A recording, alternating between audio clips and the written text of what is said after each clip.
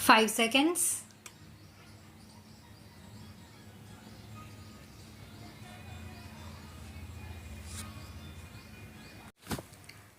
What I have said above in regard to students in general would not, however, apply to the students of agricultural schools and colleges. In their case, it would be a necessary part of their training to do field work for a period before they are given diplomas or degrees. You are aware that on the advice of the All India Council for Technical Education and Scientific Manpower Committee, it is proposed that engineering and technical graduates must do a period of service training before they can enter their profession. I think such training is even more necessary for the students of agricultural schools and colleges. I would in fact go further. While the idea of conscripting students in schools and colleges would be difficult to put into practice, I do not see any reason why colleges and schools in the rural or semi-rural areas should not have an agricultural section attached to them. The difficulties I have mentioned above arise only when the students are taken away from their homes or places of normal residence. There would be no such difficulty if students are required to do some agricultural work in the course of their normal college or school life. The difficulty of finding adequate land may stand in the way of carrying out this program in educational institutions in large towns and cities. There is, however, no reason why schools and colleges in the rural areas or small towns should not have attached to them sufficient land which can be utilized for the purpose. Even colleges in larger towns and cities can cooperate in such a program by establishing centers where during vacations and other holidays students can acquire an experience of simple practical agriculture by working on the farms. Many of you know that the universities in the UK and the USA sometimes adopt villages. I hope that in India also schools and colleges in urban areas will adopt villages. There should be friendly competition among educational institutions as to which have done the best rural work. I hope that this conference will devise some method of carrying out this program and also advise the Indian Council for Agriculture Research to set up a section devoted exclusively to the development of agricultural education in schools and colleges.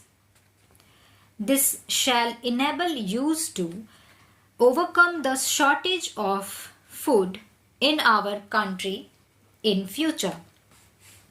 One grave drawback to which I would like to draw your attention is our curious failure to realize the dangers inherent in our present food situation.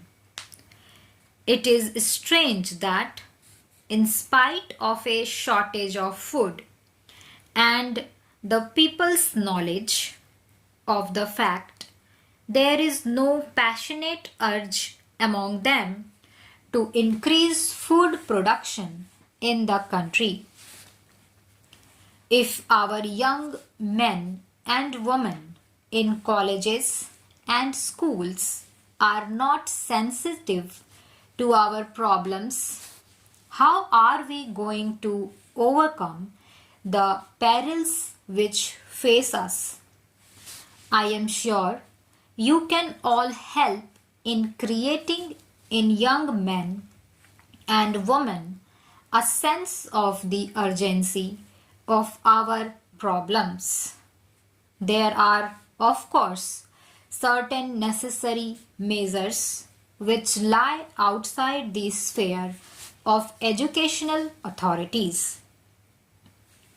Colleges and schools can, however, contribute a great deal to the solution of the problem if they create in young men and women the enthusiasm to increase the food production of the country.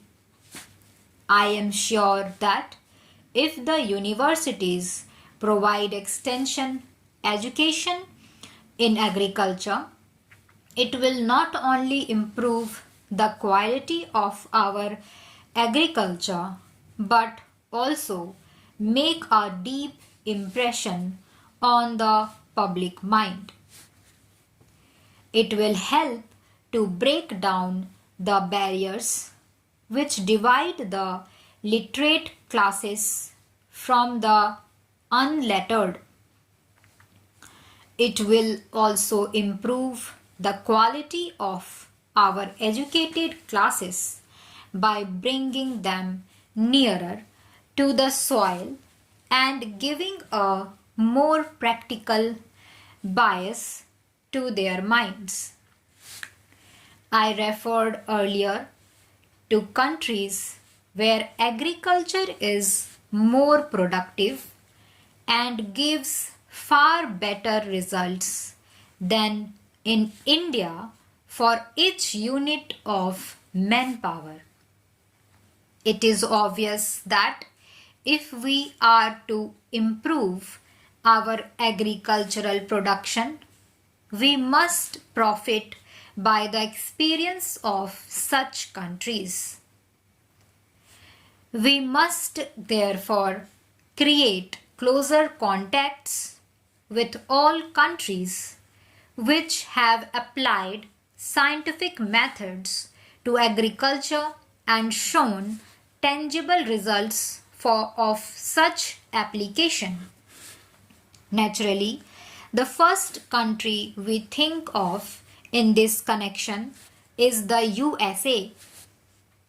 In industry as well as in agriculture, she has made a phenomenal progress. We must try to adopt and adapt her methods in both fields.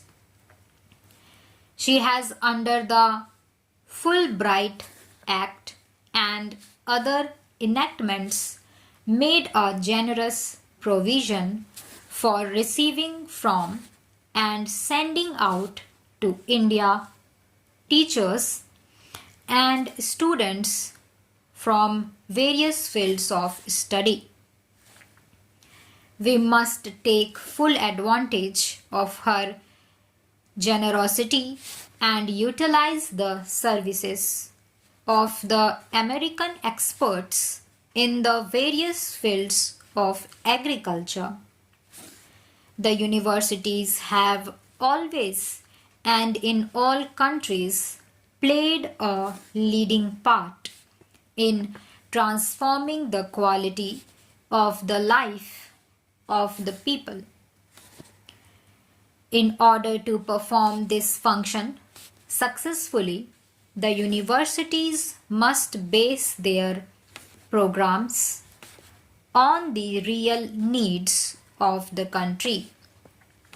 Until now, our university education has proved inadequate because it has ignored agriculture altogether. Stop.